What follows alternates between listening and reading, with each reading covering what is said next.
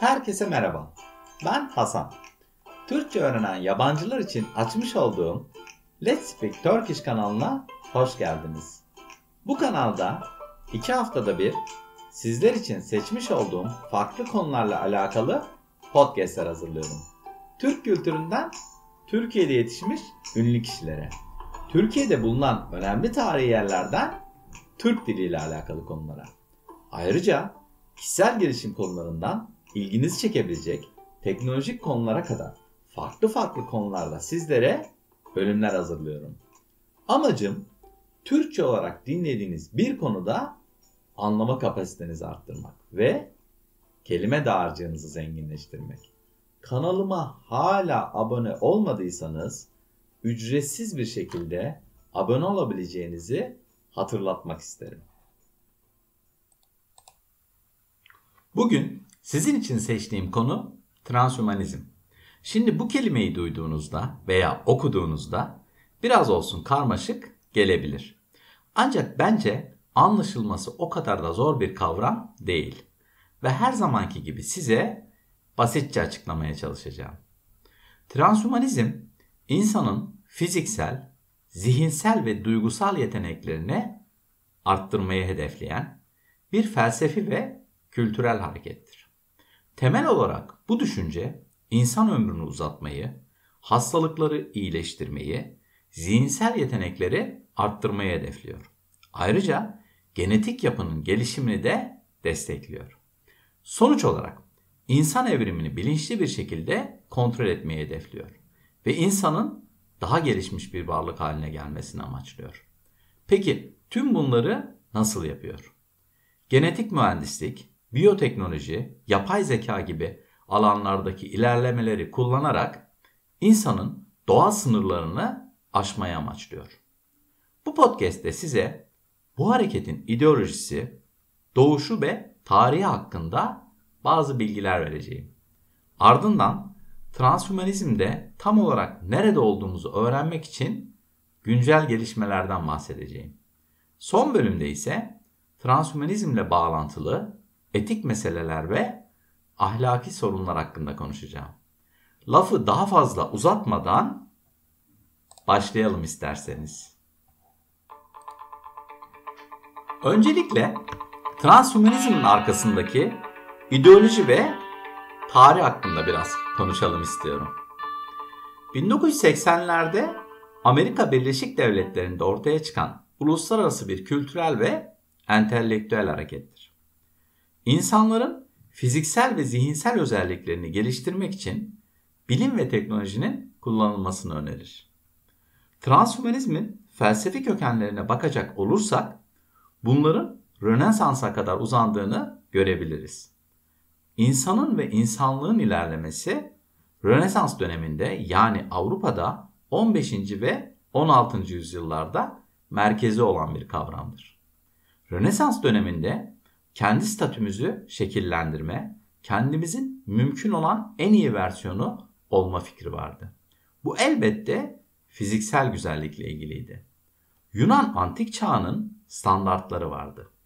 Bu yüzden o dönemde bedenin statüsü ve temsilinden çok ilham alındı. Bu çok modaydı ama aynı zamanda bilgi meselesi de vardı. Başka bir deyişle zekamız. Zihniniz kadar bedeniniz hakkında da iyi hissetmeniz gerekiyordu. Mümkün olduğunca çok bilgi biriktirmek gibi bir fantezi vardı. Transhümanizmin felsefi kökenleri bu şekildeydi. Artık transhümanizmin felsefi kökenleri ve her şeyden önce değerleri ve hedefleri hakkında biraz daha bilgi sahibi olduğunuza göre kendimize transhümanizmin bugün nerede durduğunu sorabiliriz. Sizce tuhaf bir şey mi? Henüz var olmayan bir fantezi mi? Yoksa zaten hayatımızın bir parçası mı? Şimdi tüm bu soruların cevaplarına birlikte bakacağız. Kalp pilleri, protezler ve aşıların zaten transhümanizmin biçimleri olduğunu düşünebiliriz. Hastalıklarla, sağlık sorunlarıyla mücadele etmek ve daha uzun yaşayabilmek için teknolojiyi kullanıyor. Onu bedenlerimize entegre ediyoruz. Yani bir yandan tüm bu tıbbi yenilikler transhümanizm biçimleridir. Ya da en azından transhümanistler bunu böyle görüyor. Ancak tüm bunların sadece bir başlangıç olduğunu ve yakında teknolojinin bedenlerimize entegre edilmesinin giderek daha yaygın hale geleceğini düşünüyorlar. Engelli insanlar için bu tabii ki çok önemli bir şey. Çünkü örneğin protezler sayesinde engellerinin üstesinden gelebilirler ve normal bir hayat yaşayabilirler. Artık doğrudan beyne bağlanabilen aletler var ve engelli insanlar örneğin yapay bir eli doğrudan beyinleriyle kontrol edebiliyorlar. Büyüleyici olduğunu düşündüğüm bir başka örnekte Neil Harbison adlı bir sanatçının mutlak renk körlüğü ile doğmuş olması. Renk körlüğü bilirsiniz. Renkleri göremediğiniz bir durumdur. Tek gördüğünüz siyah ve beyazdır. Biraz eski filmlerdeki gibi. Bu sanatçı da bu sorunla doğmuş. Hayatı boyunca hiç renk görmemiş. Ancak kafasına yerleştirilen küçük bir kamera doğrudan beynine bağlandı. Bu kamera renkleri algılıyor ve onları kafasındaki müzik notalarıyla ilişkilendiriyor. Başka bir deyişle Neil Harbison örneğin bir ağaç ve yeşil renk gördüğünde kamera bu rengi bir müzik notası ile ilişkilendiriyor ve bu sayede renkleri görebiliyor. Transhümanizm ile ilgilenen çok önemli şirketler olduğunu ve bunlardan birinin de Google olduğunu duymuşsunuzdur. Google'un transhümanizm konusuna çok önem verdiğinizi bilmenizi istiyorum. Yaklaşık 10 yıl önce tam olarak 2013 yılında Calico adında ikinci bir şirket kurdular. Calico'nun açılımı California Life Company ve bu şirketin amacı insan vücudunun yaşlanmasıyla mücadele etmek. Hedeflerini açıkça görmek için ziyaret edebileceğiniz bir web siteleri bile var. Ancak ne yazık ki faaliyetlerinin kesin bir açıklaması yok ve bu araştırmanın sonuçlarını da gerçekten paylaşmıyorlar. Yani oldukça belirsiz ve tam olarak ne yaptıklarını bilmiyoruz. Şimdi ise transhümanizmin yarattığı etik sorunlar ve tehditler hakkında konuşacağımız bu podcast'in 3. ve son bölümüne geldik. Apple ya da Google gibi bilişim devleri transhümanizm konusunda inovasyon ve araştırma yaptıklarına göre birkaç yıl içinde sağlık alanında teker olacaklarını varsayabiliriz. Bu aynı zamanda herkesin bu teknolojilere aynı şekilde erişemeyeceği anlamına gelir. Bunlar kar etmek isteyen özel şirketler olduğu için bu teknolojileri belirli bir fiyattan satacaklar ve bazı insanlar kesinlikle bunları karşılayamayacaklar. En karanlık senaryoda ise çok zengin bir grup insanın çok iyi yaşayacak olmasını varsayabiliriz. Bir de çevreye yönelik riskleri var. Bildiğiniz gibi dünya nüfusundaki artış oranı sürekli hızlanıyor. Gezegende giderek daha fazla insan var ve birkaç yıl içinde aşırı nüfus sorunu yaşayacağız gibi duruyor.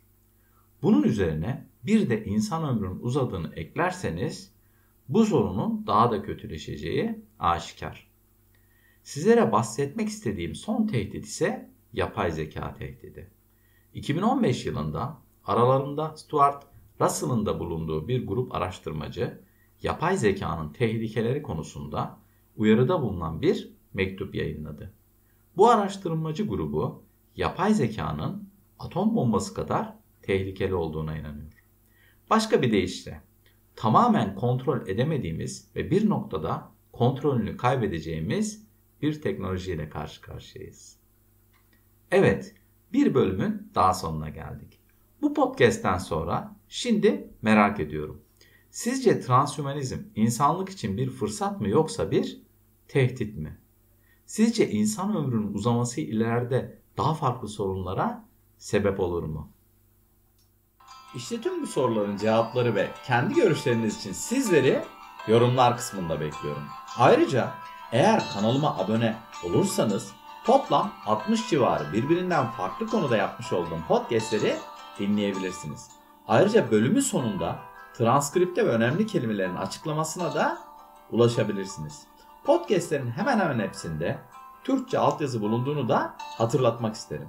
Ayrıca Türkçe hariç toplam 6 dilde altyazıya ulaşabilirsiniz. Eğer kanalıma abone olma konusunda henüz karar veremediniz ve bir şekilde bana destek olmak istiyorsanız, bu durumda bu bölümü beğendiyseniz bir like veya yorum bırakabilirsiniz.